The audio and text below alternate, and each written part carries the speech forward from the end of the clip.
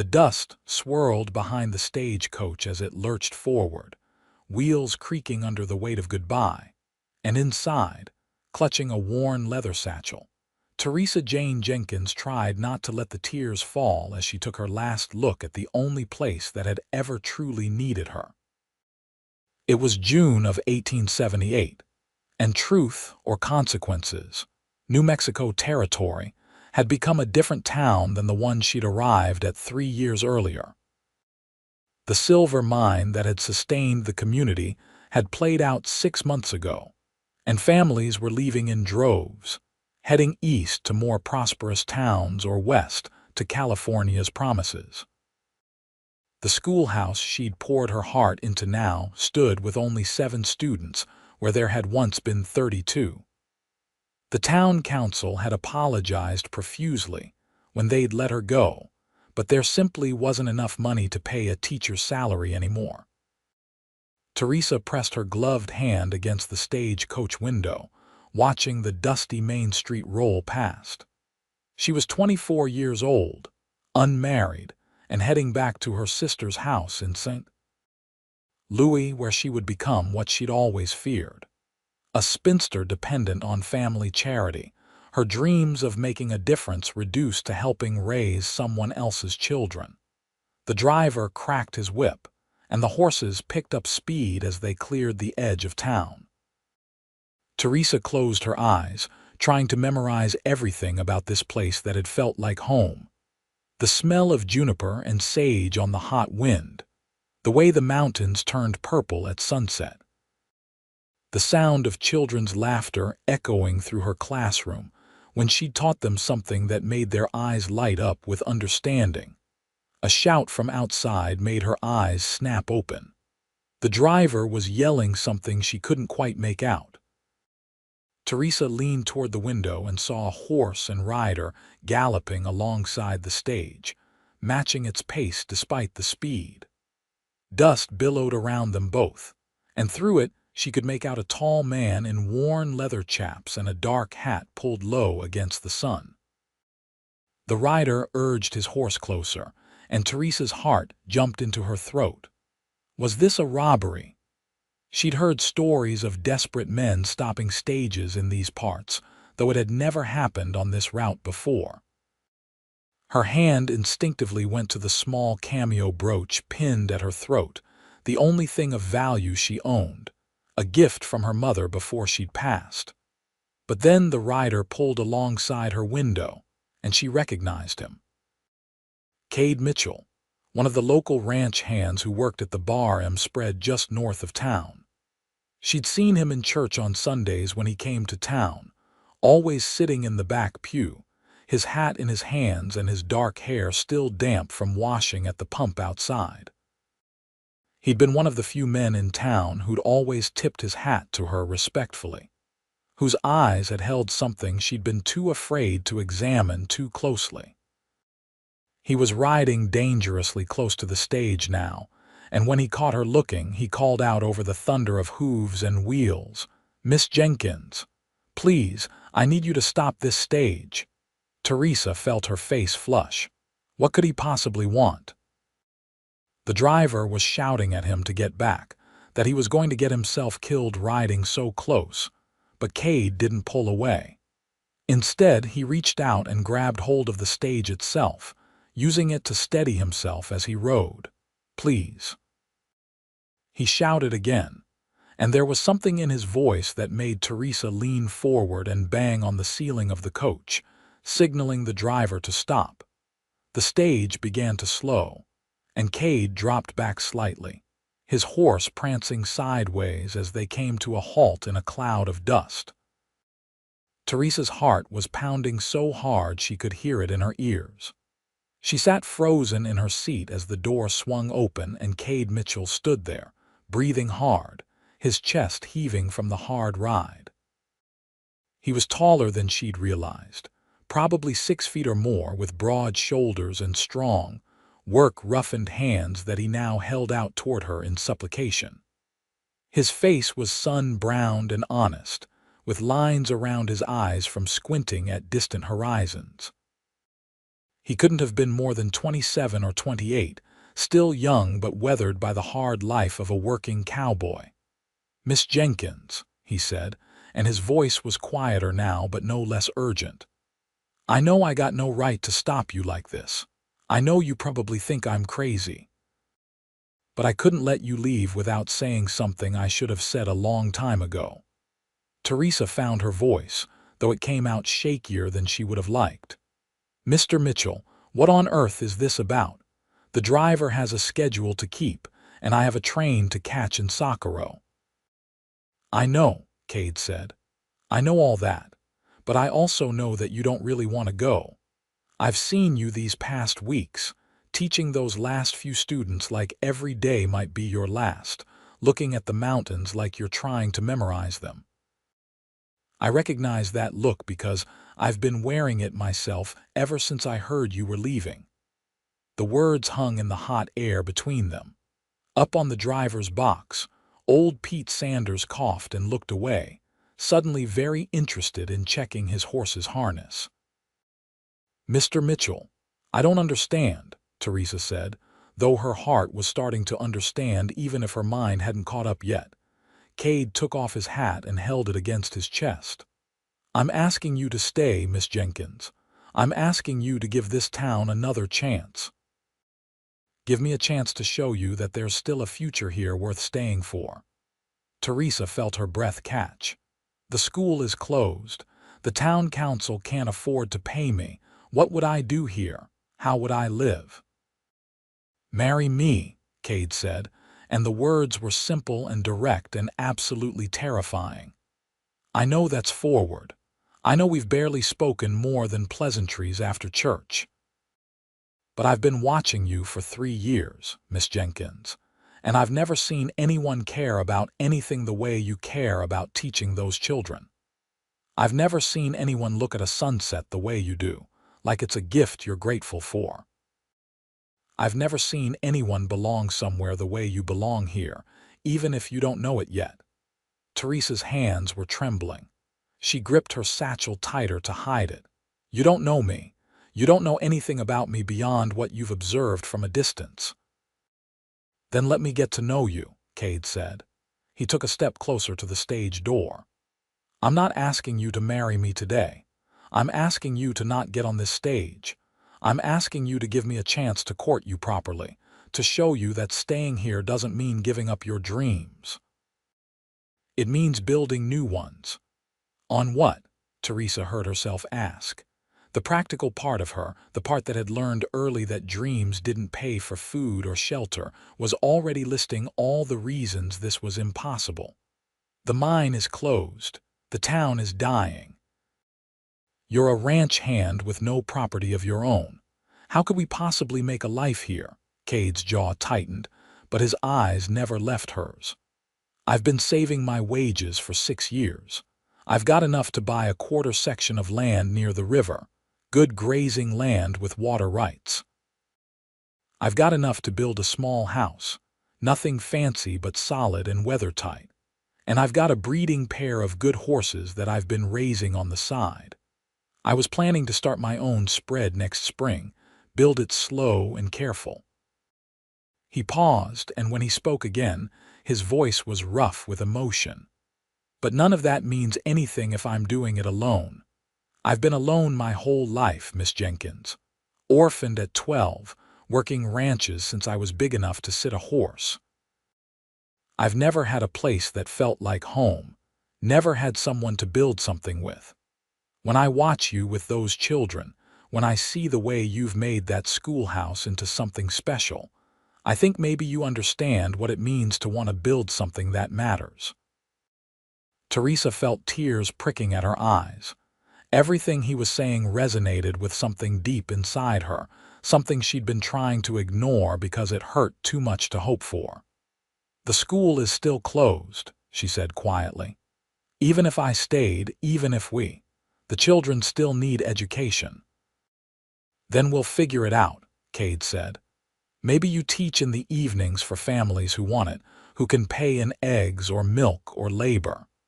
Maybe when my ranch is established, you start a small school there. Maybe the town recovers and reopens the school proper. I don't have all the answers, Miss Jenkins, but I know that you leaving doesn't solve anything. It just takes something beautiful away from a place that needs all the beauty it can get. Up on the driver's box, Pete cleared his throat. Miss Jenkins, I hate to press you, but I really do have a schedule. Do you want to continue on, or are you staying? It was the moment of decision, the kind that Teresa had always feared because it meant stepping into the unknown. The safe choice was to stay on this stage, to go back to St. Louis, where her future was predictable if not particularly happy. The dangerous choice was to step down into the dust with a man she barely knew, to trust in something that felt impossible but also somehow inevitable. Teresa looked at Cade Mitchell, really looked at him, and saw something in his eyes that made her decision. It wasn't just desire or loneliness or desperation. It was hope, real and genuine, and offered to her like a gift. When was the last time anyone had looked at her with that kind of hope? "Give me my trunk," she said to Pete, and her voice was steady now. "I'm staying." The relief that flooded Cade's face was so profound it almost made her laugh. He reached up to help her down from the stage, and when his hands closed around her waist, she felt the strength in them and the gentleness too. He set her down as carefully as if she were made of porcelain, and for a moment they just stood there looking at each other while Pete hauled her trunk down with a grunt and a knowing smile. "You folks work this out," Pete said, climbing back up to his seat. "Miss Jenkins, your ticket can be used any time in the next 6 months if you change your mind, though I got a feeling you won't be needing it." He tipped his hat and cracked his whip, and the stage rolled away in a fresh cloud of dust, leaving Teresa and Cade standing alone on the road outside town. The silence that fell was suddenly awkward. Teresa smoothed her traveling dress and tried to think of what to say. Everything had happened so fast that she felt dizzy with the enormousness of what she'd just done. She just stepped off a stage and into an entirely different life based on nothing but a feeling and the words of a man she'd never really spoken to before. Cade seemed to feel the awkwardness too. He cleared his throat and gestured to his horse. "I should get you back to town."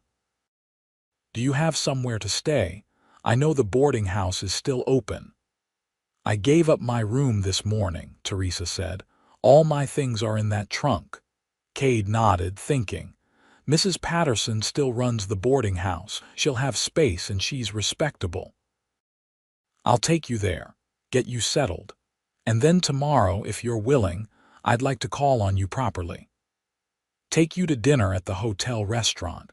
Let us get to know each other like civilized people instead of crazy folks making decisions in the middle of the road."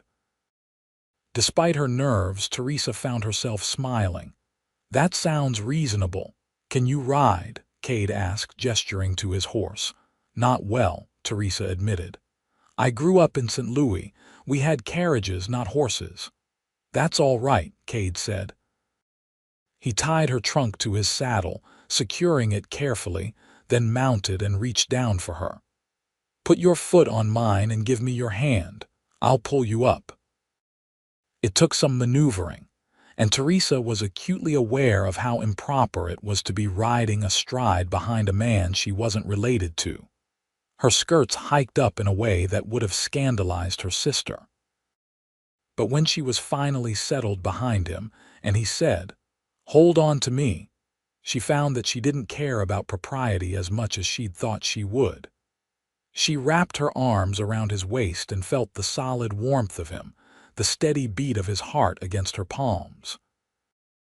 Cade turned his horse back toward town, keeping the pace easy and smooth.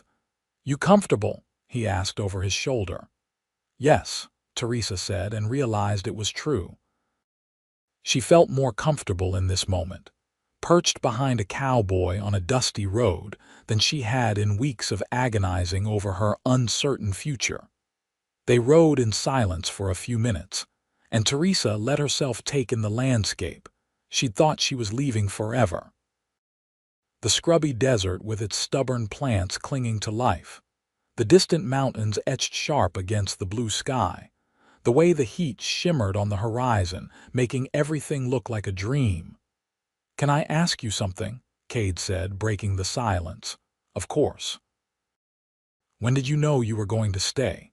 Was it something I said, or did you just decide to take a chance on a crazy cowboy?" Teresa thought about it. "I think it was when you said I belonged here. Nobody's ever said that to me before. My whole life I've felt like I was trying to fit into places that weren't quite right. Too educated for some places, not refined enough for others. Too independent for my sister's social circle, too proper for frontier life. But here, teaching those children, I felt like I'd found something that fit. And then it was being taken away from me, and I was trying to tell myself it was for the best, that I should be practical and sensible and go where there was security." She paused, tightening her arms around his waist. "But when you said I belonged here, when you said staying could mean building new dreams instead of giving up old ones, it was like you gave me permission to want what I already wanted. To choose the uncertain, beautiful thing over the safe, empty thing." She felt Cade take a deep breath. "I meant every word. And I promise you, Miss Jenkins, I'm going to spend every day proving to you that you made the right choice. You can call me Teresa," she said quietly. "If we're courting, we should probably use our given names." "Teresa," Cade repeated, and the way he said it made her name sound like something precious. "And I'm Cade, though I guess you already knew that." They reached the edge of town just as the sun was starting to lower toward the mountains. Truth or consequences looked different to Teresa now, coming back instead of leaving. The buildings that had seemed sad and worn this morning now looked resilient, stubborn survivors holding on despite the hard times. The few people on the street looked up in surprise as Cade rode in with Teresa behind him, and she could see the questions forming on their faces. Cade stopped in front of the boarding house, a two-story building with a wide porch that Mrs. Patterson kept swept clean. He dismounted first, then helped Teresa down with the same careful gentleness he'd shown before. Mrs. Patterson came out onto the porch, wiping her hands on her apron. She was a widow in her 50s, stern but fair, and she'd always been kind to Teresa. "Miss Jenkins, I thought you left on the morning stage." "Change of plans, Mrs. Patterson," Teresa said, trying to keep her voice steady. "I'm going to need a room after all if you have one available." Mrs. Patterson's shrewd eyes moved from Teresa to Cade and back again.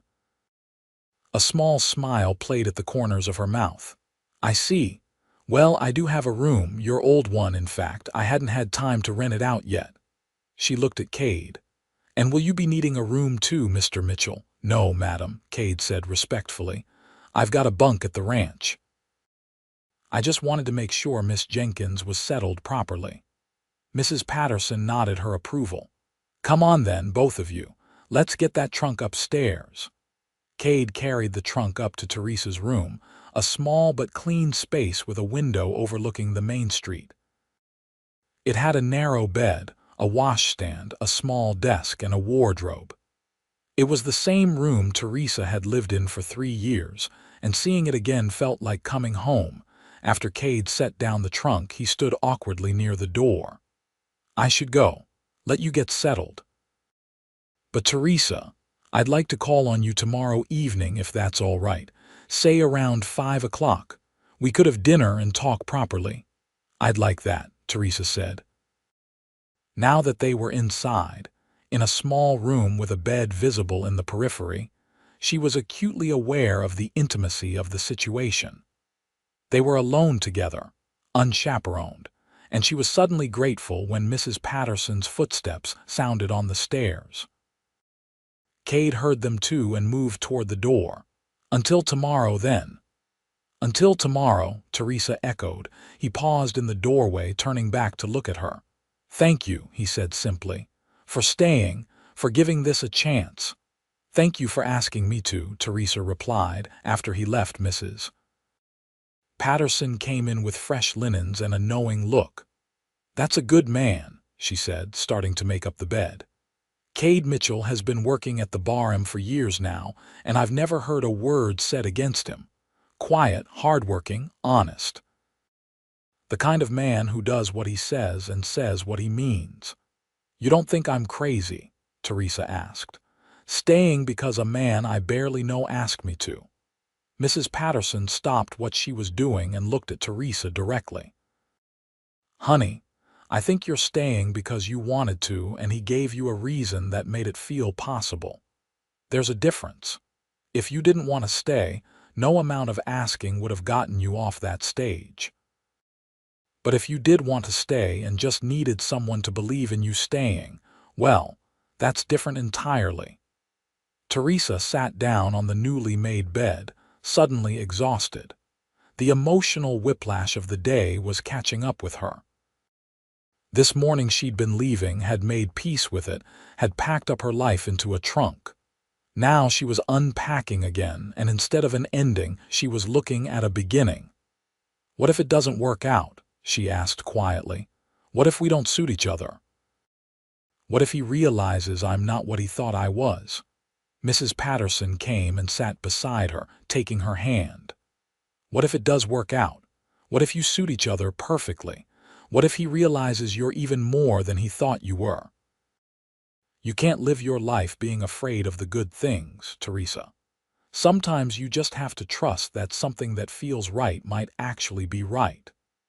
That night, Teresa lay in her narrow bed, listening to the familiar sounds of the boarding house settling around her. She thought about Cade riding beside the stage, the desperation and hope in his voice when he'd asked her to stay. She thought about the feel of his waist under her hands as they'd ridden back to town, the steady confidence of him. She thought about tomorrow evening and the conversation they would have, the beginning of getting to know each other for real, instead of through glances and polite greetings. Sleep was a long time coming, but when it finally arrived, Teresa dreamed of mountains and horses and a small house by a river, and in the dream she wasn't alone. The next day moved with agonizing slowness. Teresa unpacked her trunk, arranging her few possessions in the room. She had 3 dresses besides the one she'd worn yesterday, all practical and serviceable. She had her mother's cameo and her father's watch, both precious beyond their material value. She had a small collection of books, teaching texts mostly, but also a volume of poetry and a worn copy of Jane Eyre that she'd read so many times the pages were loose. She also had her teaching supplies, slates and chalk, primers and readers, a globe that showed a world most of her students would never see. Looking at them now, she felt a pang of grief for the classroom she'd lost. Mrs. Patterson's words echoed in her mind about teaching in the evenings or starting a small school, but she didn't know how realistic those ideas were. She needed to earn money somehow. The small savings she had wouldn't last long, even with the modest cost of her room and board. Around midday, there was a knock on her door. When she opened it, she found little Sarah Hoskins standing there, the 8-year-old daughter of the general store owner. Sarah had been one of her students, a bright girl who loved reading more than anything. "Miss Jenkins." Sarah threw herself at Teresa, hugging her around the waist. "You came back. Papa said you left this morning, but someone saw Mr. Mitchell bring you back. Are you staying? Are you going to teach again?" Teresa knelt down to Sarah's level, smoothing the girl's blonde braids. "I'm staying, but I don't know about teaching yet. The school is still closed. But you could teach us anyway, couldn't you?"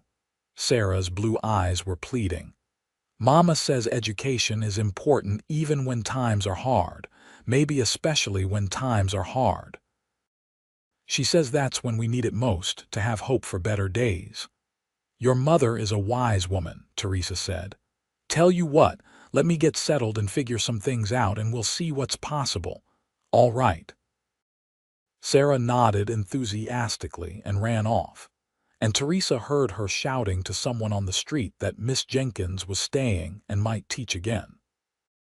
Within an hour, 3 more families had sent word asking if Teresa would be willing to do some tutoring, offering to pay in trade since cash money was scarce. By the time 5 o'clock came around and Cade knocked on the boarding house door, Teresa had the beginnings of a plan forming. Mrs.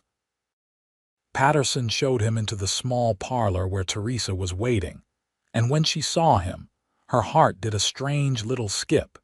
He'd cleaned up, shaved, and put on a clean shirt that looked new or at least carefully saved for special occasions. His dark hair was neatly combed, still slightly damp, and he held his hat in his hands in that way she remembered from seeing him at church. He looked nervous, which somehow made her feel better about her own nervousness. "Teresa," he said, and there was something in his eyes that made her feel seen in a way she'd never experienced before. "You look lovely." Teresa had changed into her best dress, a deep blue cotton with small white flowers. It wasn't fancy, but it was clean and pressed and made her gray eyes look more blue than gray. "Thank you. You look very nice, too." They walked to the hotel together, a respectable distance between them, very aware of the eyes watching from windows and doorways. News traveled fast in a small town, and by now everyone would know that the schoolteacher had come back, and Cade Mitchell had something to do with it. The hotel restaurant was the nicest place to eat in Truth or Consequences, which wasn't saying much. It had mismatched tables and chairs, but the floors were swept clean and there were actual tablecloths, even if they were faded from many washings. The owner, a round German man named Dieter, greeted them with a huge smile. "Mr. Mitchell. And Miss Jenkins, I heard you had returned. This is wonderful news. Please sit. Tonight I have roast chicken and potatoes, very good." They sat across from each other at a small table by the window. For a moment, neither of them spoke, and then they both started talking at once. "I wanted to tell you, I've been thinking." They stopped, laughed, and some of the tension broke. "You first," Cade said. Teresa took a breath. "I've been thinking about what you said yesterday about figuring things out. Some families have already asked if I would tutor their children in the evenings. They can't pay much, mostly trade goods, but it's something. It would give me a way to still teach, to still do what I love while also earning my keep. I wanted you to know that, so you don't think I'm expecting you to support me or that I'm staying entirely because of you." Cade leaned forward, his forearms on the table. "Teresa, I want you to know something. When I asked you to stay, when I mentioned marriage, I wasn't trying to make you dependent on me. I was trying to offer you a partnership. I've been alone most of my life, making my own way, and I respect that you've done the same. If we do this, if we build a life together, I want it to be together in truth. Your dreams matter just as much as mine." His words settled something in Teresa's chest that she hadn't realized was unsettled. "Tell me about your dreams," she said. "You mentioned buying land, starting a horse ranch. Tell me about it." Cade's face lit up in a way that transformed it. "I've always loved horses, not just riding them but understanding them, working with them. Most folks out here treat horses like tools, and I guess they are tools in a way, but they're more than that too. They're partners. A good horse can save your life, get you home when you're lost, work alongside you for years if you treat them right." He paused while Dieter brought their food, then continued. "There's a quarter section of land about 5 miles north of here, right along the river. It's not much to look at now, mostly scrub grass and a few cottonwoods, but the water rights are solid and the grazing is good enough. I've been watching it for 2 years, and the owner finally agreed to sell it to me. I've got a breeding pair of horses, a stallion and 2 mares actually, that I've been keeping at the barn, good bloodlines, strong and smart. He looked at Teresa intently. My plan was to build a small house, just a couple of rooms to start and corrals for the horses. Breed and train them, sell the trained horses for a decent price.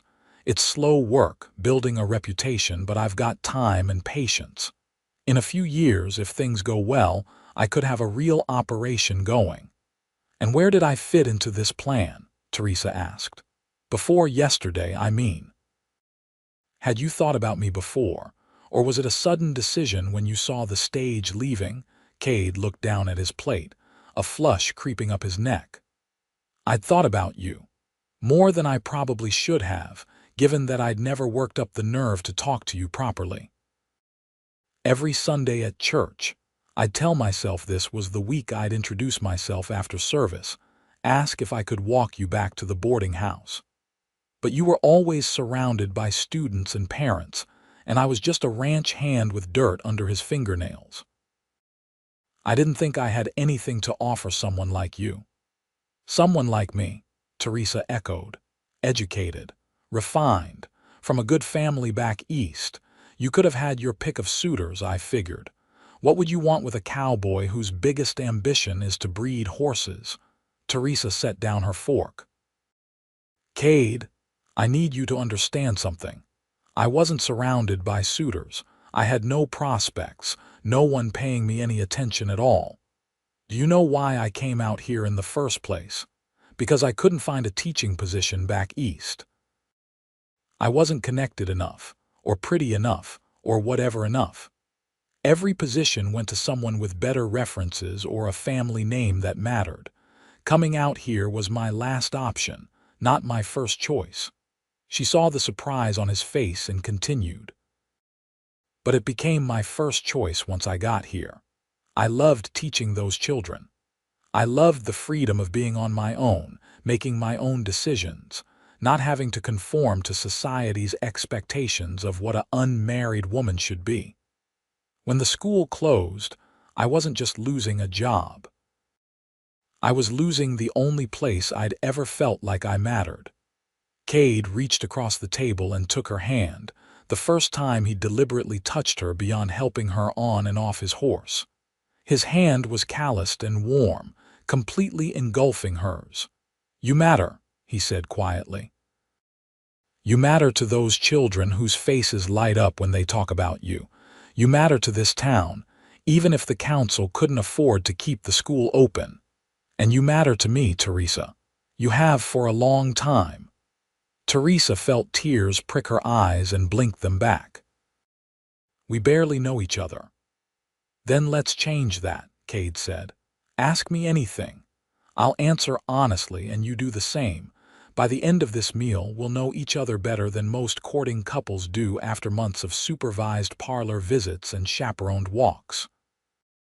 Despite herself, Teresa smiled. All right. How old are you? 28. Born in 1850 in Kansas. My parents died of cholera when I was 12, and I've been on my own since then. Worked my way west doing odd jobs, learned to handle horses because I was too small and skinny to do much else. Eventually ended up here, working at the bar for the past 7 years. Your turn. I'm 24, Teresa said. Born in 1854 in St. Louis. My father was a clerk who died when I was 16, and my mother died 2 years later from pneumonia. My older sister took me in, but her husband made it clear I was a burden. I went to normal school to become a teacher, got my certificate, couldn't find work, and came out here 3 years ago. This was supposed to be temporary, a way to gain experience before going back east. But I never wanted to go back. What do you want? Cade asked. If you could have anything, build any life, what would it look like? Teresa thought about it, really thought about it. I want to teach, not just read, write, and arithmetic, though those are important. I want to teach children to think, to question, to imagine possibilities beyond what they can see. I want to make a difference in the world, even if it's just a small corner of it, and I want. She hesitated, then pushed forward. I want a family, a home. Someone to build something with, like you said. I want to matter to someone and have them matter to me. You have all of that, Cade said. If you want it. The teaching is already starting with those families who asked you. The family and home, that's what I'm offering. It won't be easy, and it won't be fancy, but it will be real. They talked through the rest of dinner and into the evening, until Dieter started pointedly cleaning around them, and they realized they were the last ones in the restaurant. They walked back to the boarding house slowly, reluctant to end the conversation on the porch in the twilight. Cade took both of Teresa's hands in his. I know this is fast. I know it's unconventional. But Teresa, I meant what I said yesterday. Marry me. Not today, not even next week.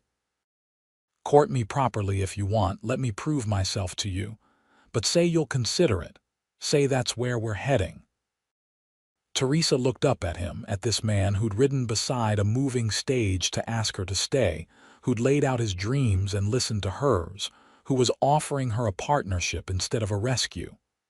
I'll consider it, she said. I'm considering it right now, actually.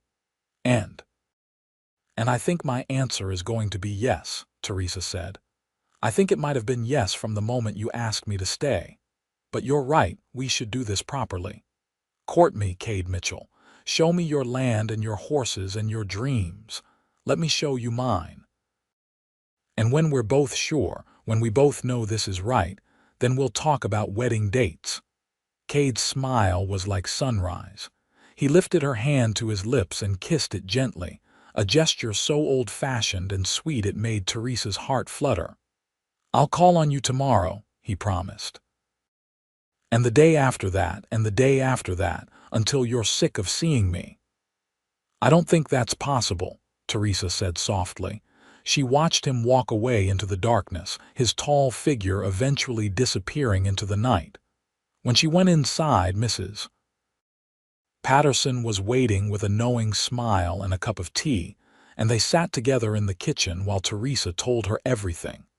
The next weeks passed in a blur of happiness Teresa had never experienced before. Cade called on her every evening after his work at the ranch was done. They would walk together through the town and out into the desert beyond, talking about everything and nothing. He told her about his childhood in Kansas, the horror of watching his parents die and being left alone in the world. She told him about her father's gambling debts, her mother's slow decline, the cold charity of her sister's household. They talked about books, and she was surprised to learn he was an avid reader despite his rough exterior. He borrowed books from her small collection, and they discussed them on their walks. They talked about politics and religion and the future of the West. They argued sometimes, good-natured disagreements that challenged them both. And Teresa found she loved the way Cade listened to her opinions, really listened, even when he disagreed.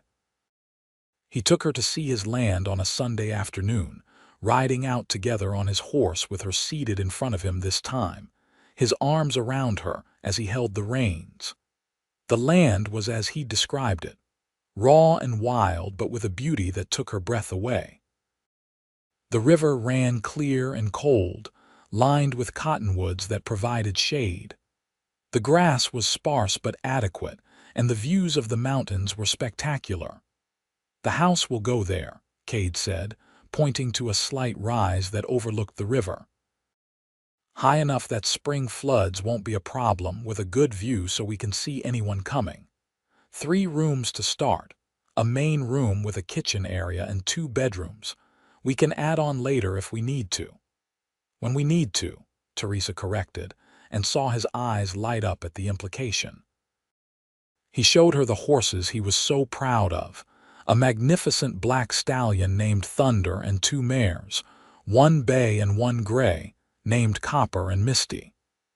They were indeed beautiful animals, powerful and intelligent. Cade handled them with a gentleness that made Teresa's heart ache. The way he touched them, talked to them, she could see the kind of father he would be, patient and kind and strong. Meanwhile, Teresa's informal teaching was growing. She was now tutoring 12 children in the evenings, holding classes in the boarding house parlor. The families paid what they could: eggs, milk, vegetables, firewood. It wasn't much, but combined with her savings, it was enough to pay her room and board. More importantly, she was teaching again, and the joy of it filled her up.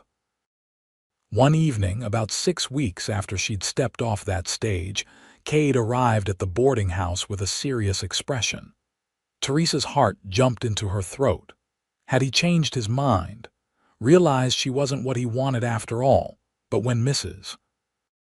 Patterson showed him into the parlor, he immediately took both her hands. "I've given notice at the bar, Em.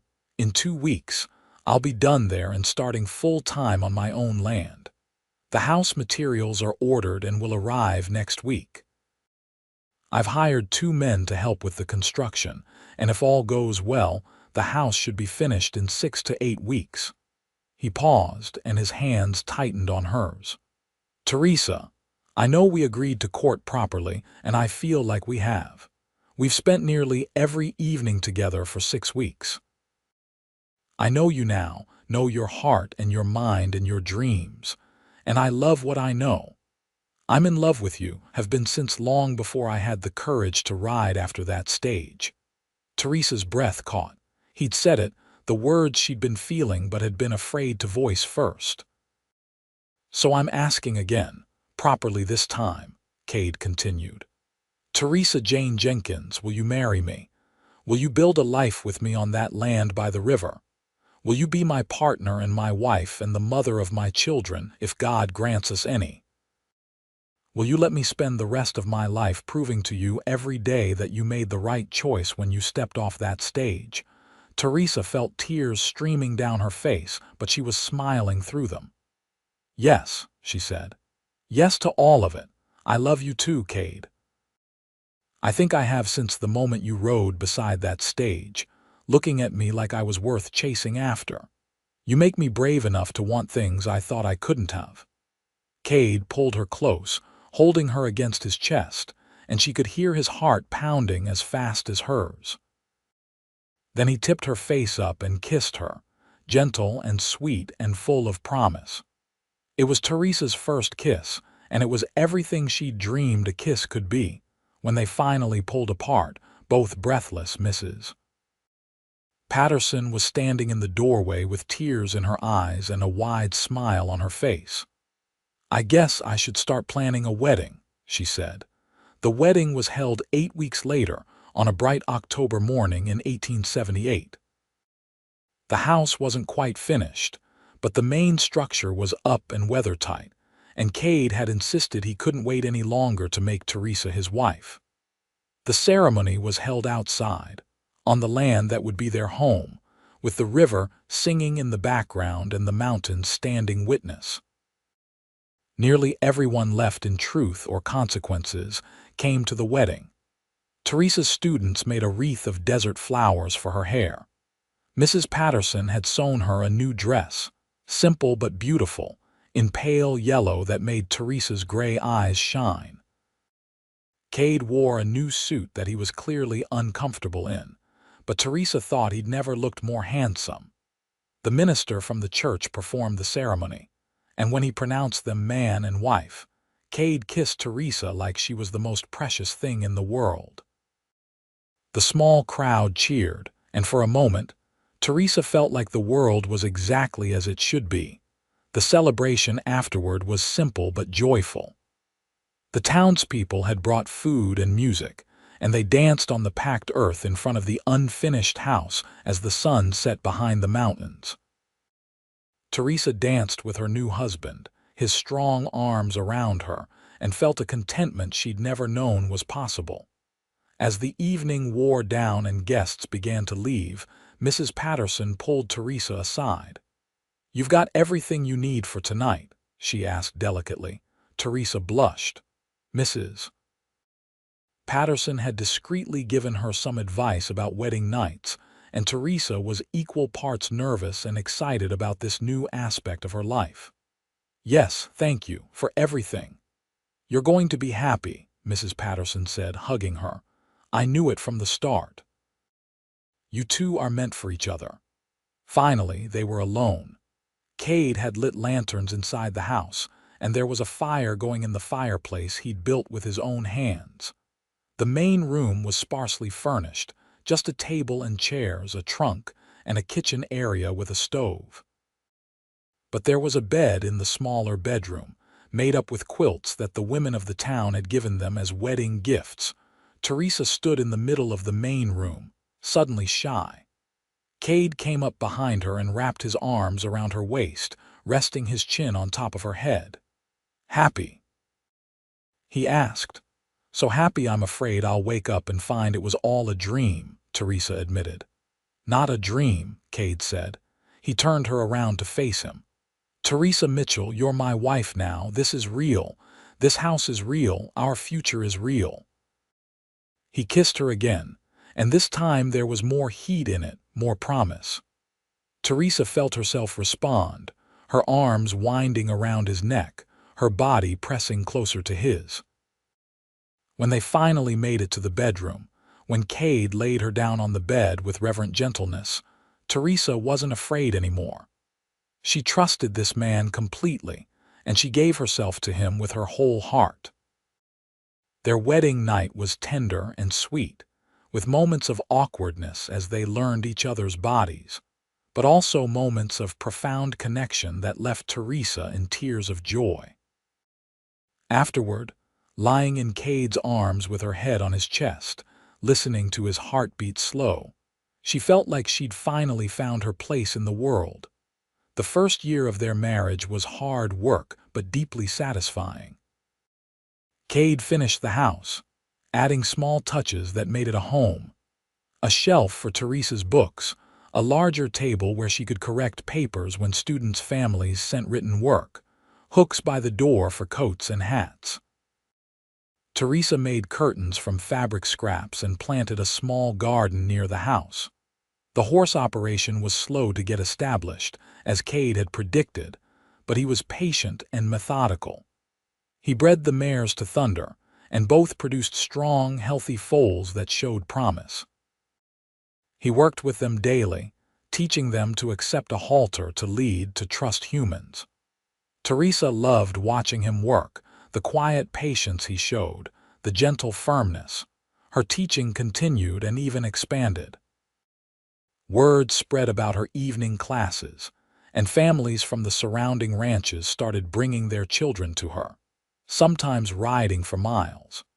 She eventually had 20 students of varying ages, which was enough that Cade helped her convert one of the outbuildings into a proper classroom. It wasn't the schoolhouse she'd lost, but it was hers in a way that schoolhouse never had been. In the spring of 1879, Teresa realized she was pregnant. She'd suspected for a few weeks, but when she finally was certain, she waited for the perfect moment to tell Cade.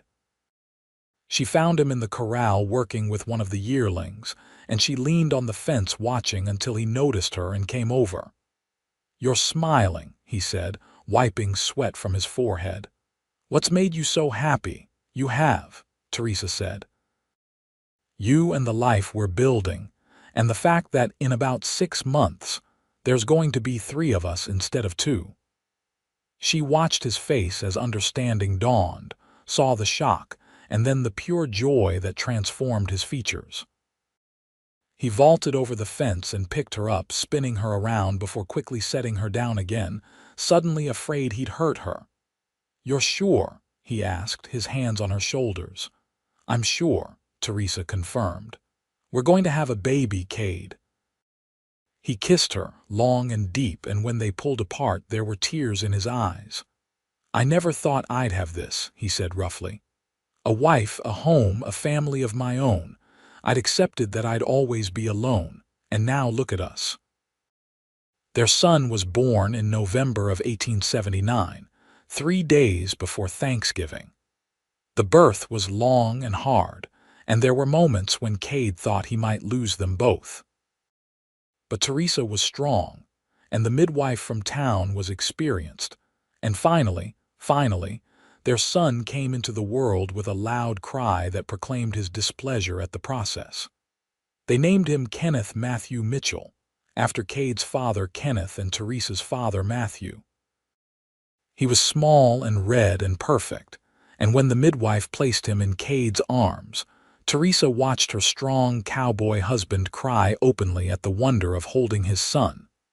The next few years passed in a blur of exhaustion and joy. Kenneth was a curious, energetic child who seemed determined to explore every inch of the ranch. Teresa's teaching had to slow down while Kenneth was an infant, but she gradually got back to it, often with Kenneth playing near her feet during evening classes. The older students loved him, and he seemed to soak up learning from his earliest moments. The horse ranch was prospering. Cade had developed a reputation for training reliable, intelligent horses, and he could barely keep up with demand. He hired 2 steady hands to help with the work, young men from town who needed employment. The ranch, which they'd officially named River's Edge, was becoming a known name in the territory. In 1882, their daughter was born. They named her Emma Grace, and she was calmer than her brother had been, with her mother's gray eyes and her father's dark hair. Kenneth, now nearly 3, was fascinated by his baby sister and constantly wanted to help with her care. Life fell into a comfortable rhythm. Cade worked the ranch and the horses. Teresa taught in the evenings and cared for their children during the day. They built onto the house, adding 2 more bedrooms and a proper parlor. The garden expanded, with fruit trees planted that would provide shade and food for years to come. Truth or Consequences was recovering too. New families were moving in, drawn by the reliable water and good grazing land. The mine might have played out, but the land itself was proving valuable. There was talk of officially reopening the school, and several people had approached Teresa about becoming the teacher again. She was conflicted about it. She loved teaching at the ranch, the informal nature of it, the way she could include her own children. But the schoolhouse would mean a regular salary, benefits for the town's children, a chance to really build a structured educational program.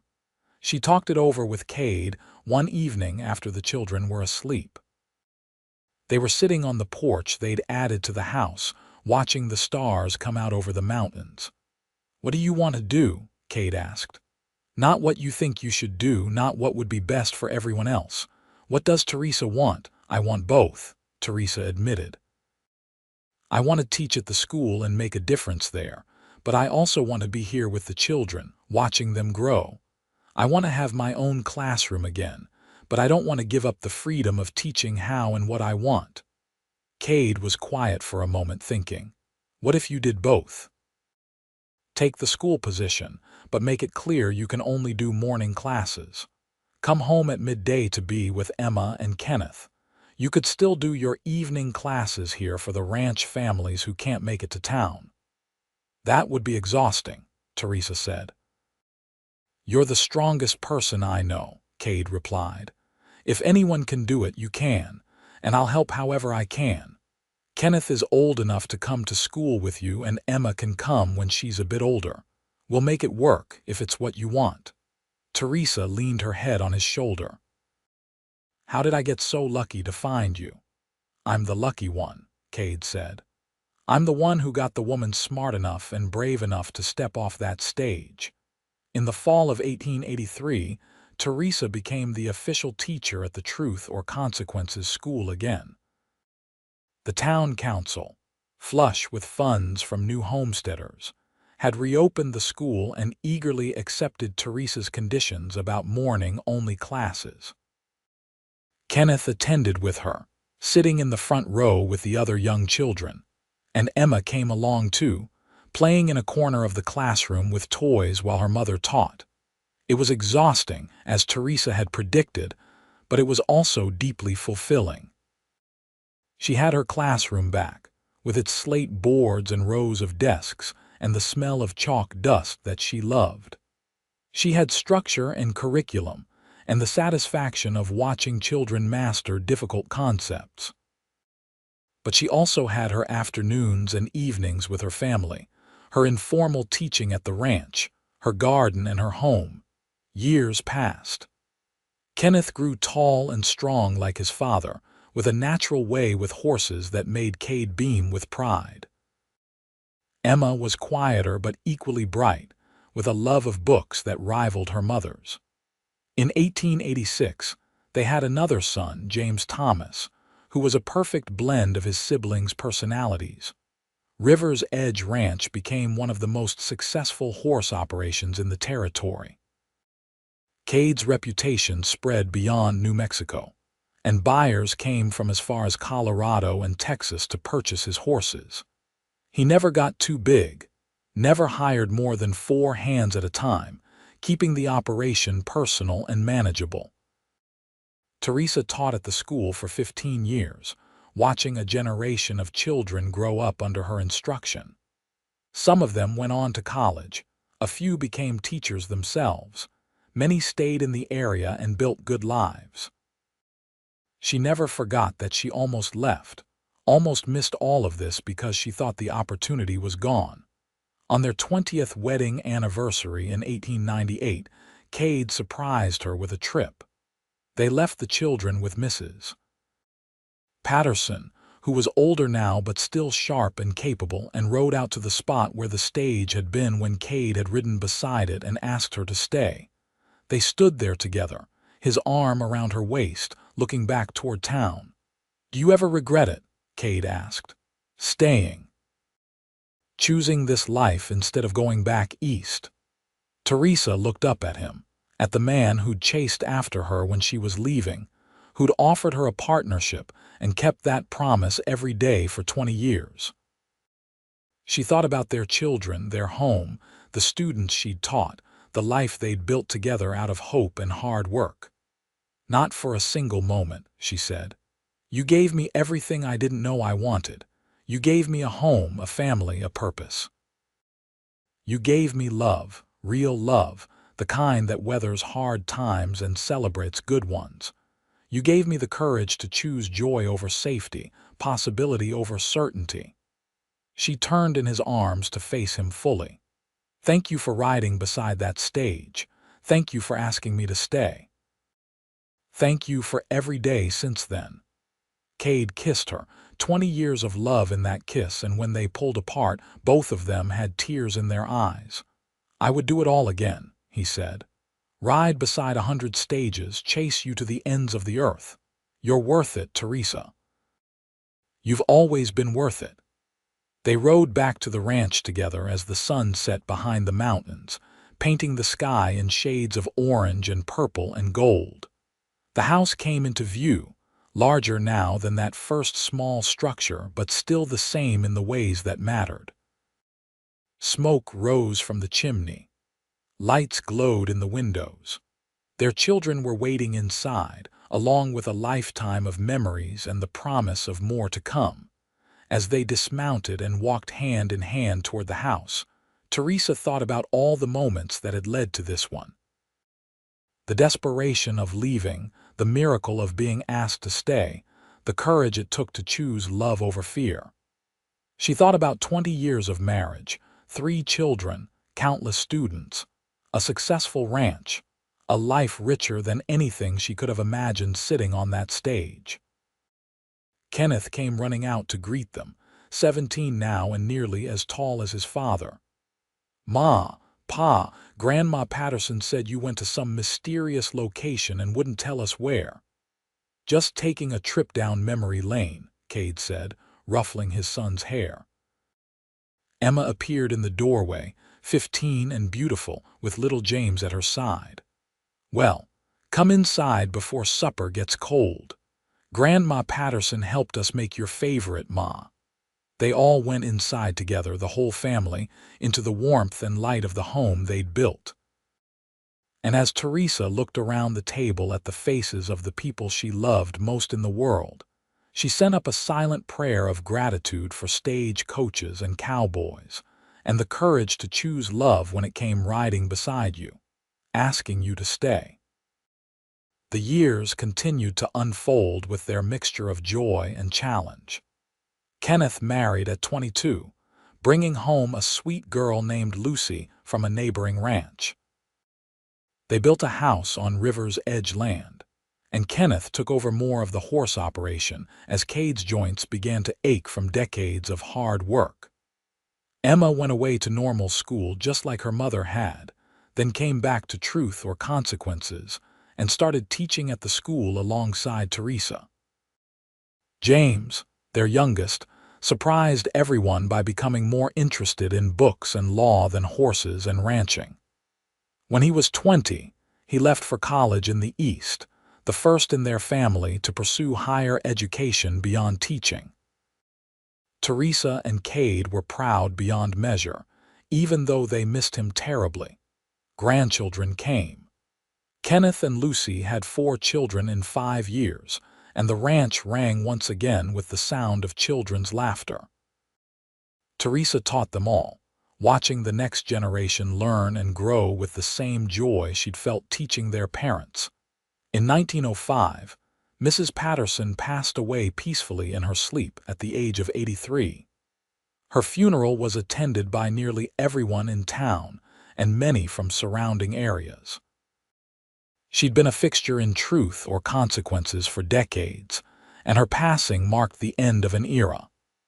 Teresa wept at the gravesite, remembering the kindness and wisdom of the woman who'd supported her when she'd made the choice to stay, who'd become a surrogate mother and grandmother to her family.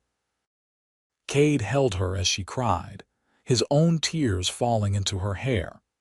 They were 60 and 56 now, with gray in their hair and lines on their faces, but their love had only deepened with time.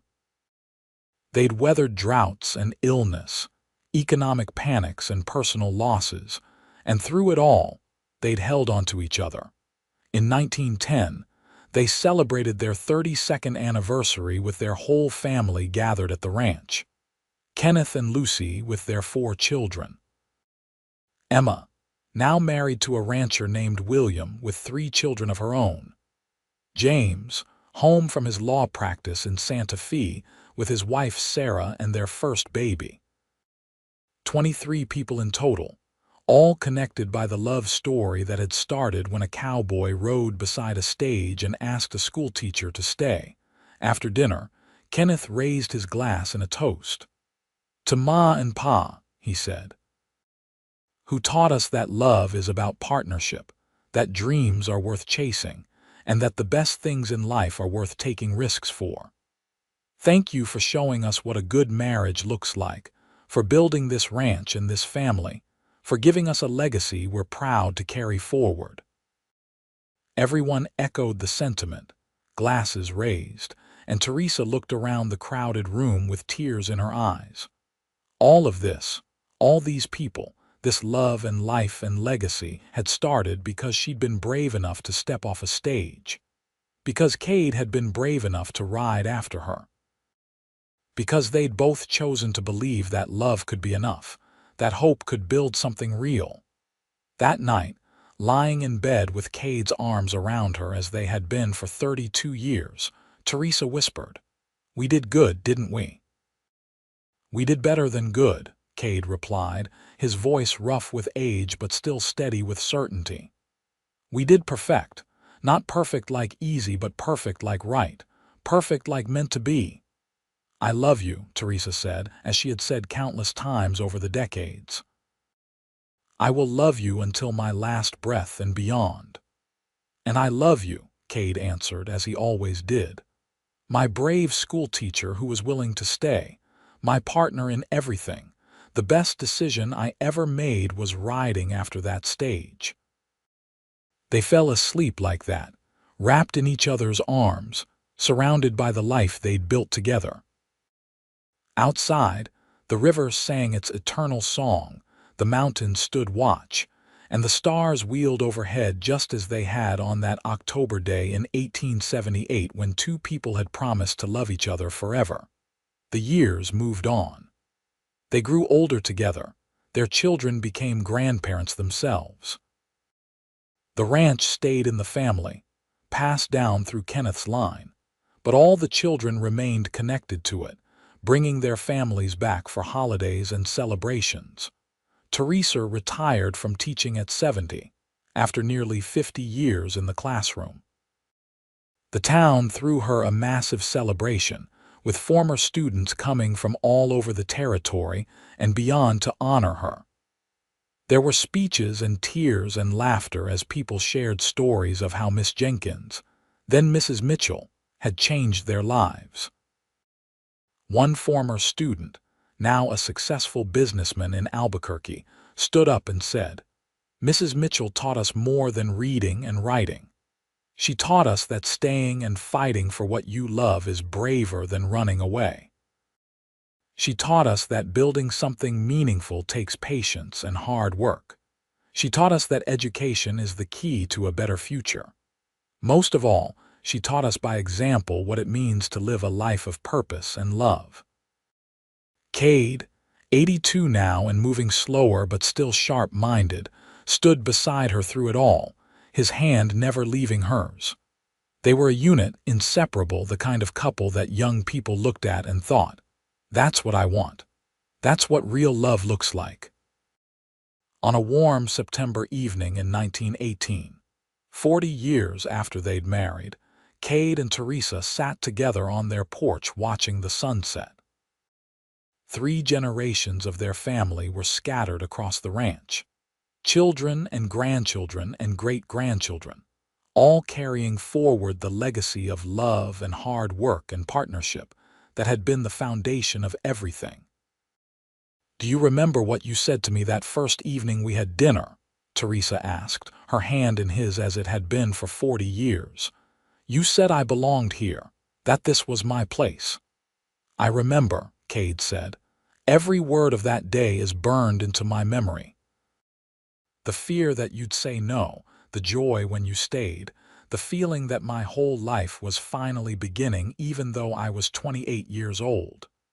"You were right," Teresa said. "I did belong here. I belonged with you. This life we built, these people we raised, this love we share, this is everything I never knew I was searching for when I got on that stage to leave." Cade lifted her hand to his lips, kissing it gently as he had that first night 40 years ago. "You made me believe in miracles, Teresa. A lonely cowboy with nothing but a dream and some savings, and you trusted me enough to build a life with me. You gave me everything." "We gave each other everything," Teresa corrected.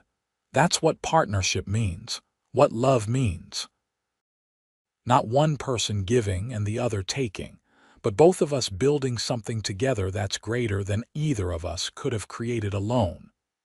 They sat in comfortable silence as the sun dipped below the mountains, painting the sky in brilliant colors. The river sang its song. Somewhere on the ranch, children were laughing. The horses were settling in the corrals. The world was at peace, and so were they. Cade passed away in his sleep on a cold January night in 1920, Teresa beside him as she had been for 42 years. He was 90 years old and had lived to see his ranch prospering under Kenneth's management. His children and grandchildren and great-grandchildren thriving. His wife still the love of his life after 4 decades together. The funeral was huge, with people coming from hundreds of miles to pay their respects to a man who'd been known for his honesty, his skill with horses, his love for his family, and his unwavering devotion to his wife. They buried him on a hill overlooking the river, with a view of the mountains he'd loved. Teresa stood at the graveside, dry-eyed and dignified, surrounded by her family. She was 74 years old and had been prepared for this day, knowing that Cade's health had been declining.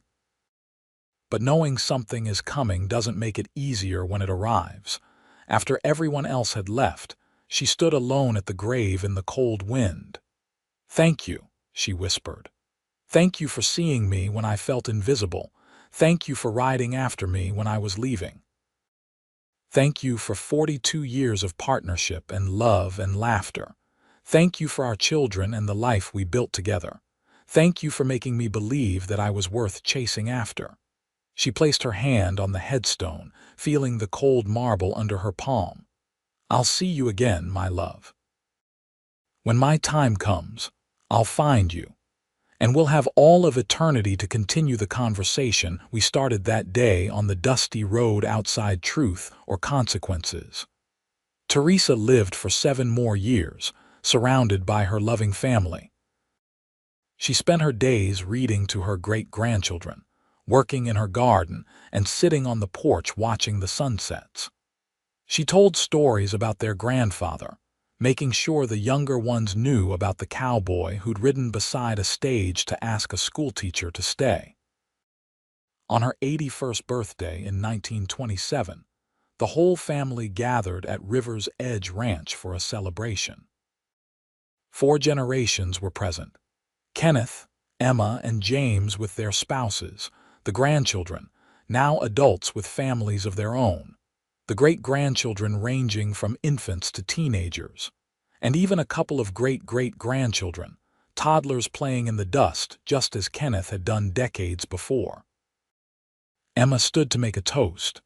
"To our mother, who taught us that love is a choice you make every day, who showed us that dreams require courage and hard work, who proved that the best things in life are worth taking risks for.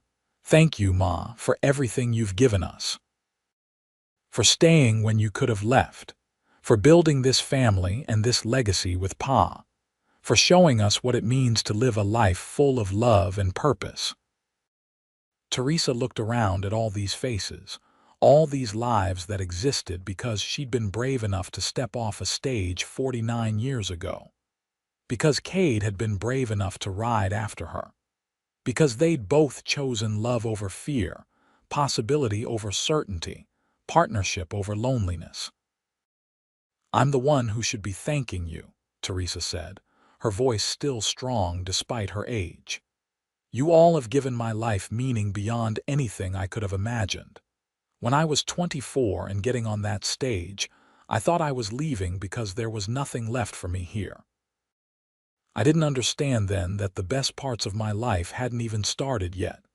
Your father taught me that. He taught me to be brave, to take risks, to believe in love and partnership, and the power of choosing to stay and fight for what matters."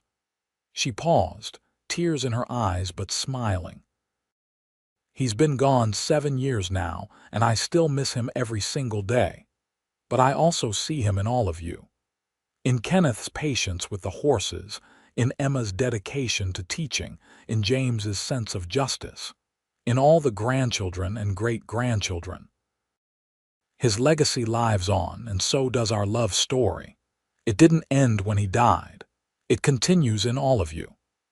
Teresa passed away peacefully in her sleep on a warm June night in 1930, 52 years after that pivotal day when she'd almost left.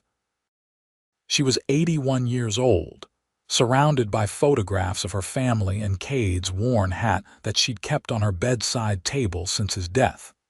They buried her next to Cade on the hill overlooking the river, with a double headstone that read, "Cade and Teresa Mitchell.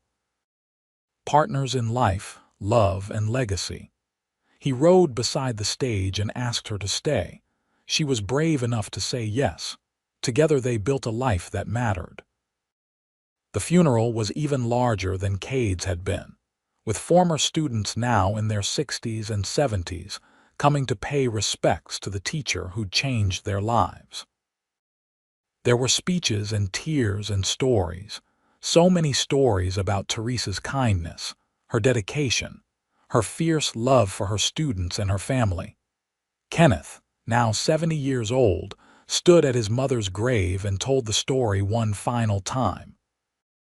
The story of how his father had ridden beside a stagecoach, how his mother had been brave enough to stay, how a love story had begun on a dusty road and grown into a legacy that now encompassed 4 generations. "They taught us that love is a choice," Kenneth said, his voice carrying across the crowd. "Not just once, but every day. They taught us that partnership means building something together that's greater than either person alone." They taught us that the best decisions are sometimes the scary ones, the ones that require courage and faith and hope. They taught us that family is the most important thing, that education opens doors, that hard work pays off, that integrity matters. He paused, looking at the graves of his parents. But most of all, they taught us by example. They showed us what it looks like to love someone truly and completely for a lifetime, to be partners in every sense of the word, to build a life of meaning and purpose, to leave the world better than you found it. He looked out at the assembled crowd, at his siblings and their families, at the extended family that had grown from one cowboy's courage and one schoolteacher's bravery. Their story didn't end today. It continues in all of us. We are their legacy, and we have a responsibility to honor them by living our lives with the same courage, love, and integrity they showed us. To be brave enough to chase after what we love, to be willing to stay and fight for what matters, to build partnerships that last, to create families bound by love, to leave a legacy worth remembering. As the sun set behind the mountains that had watched over Teresa and Cade's whole love story, their family stood together on the hill. 4 generations united by the love story that had started with a desperate ride beside a stagecoach, a brave choice to stay, and a partnership that had created something beautiful and lasting. River's Edge Ranch continued to thrive under Kenneth's management and eventually passed to his children. The schoolhouse in Truth or Consequences, where Teresa had taught for so many years, was eventually named the Teresa Mitchell School in her honor. Her teaching methods and philosophy influenced educators throughout the region for generations. But perhaps the most important legacy was the simplest one. A love story that proved that the right person at the right time asking you to stay could change everything. That courage and hope and partnership could build a life worth living. That love, real love, the kind that weathers decades and difficulties and daily life, was worth every risk required to find it. And on quiet evenings when the wind blew just right across River's Edge Ranch, people swore they could feel the presence of the cowboy and the schoolteacher who'd built it all. Still together, still partners, their love story continuing in the land they'd claimed, the family they'd created, and the legacy they'd left behind. A legacy that said, be brave enough to stay. Be brave enough to chase what you love. Be brave enough to build something that matters. And when you find your person, your partner, hold on tight and never let go, because that is the greatest adventure of all.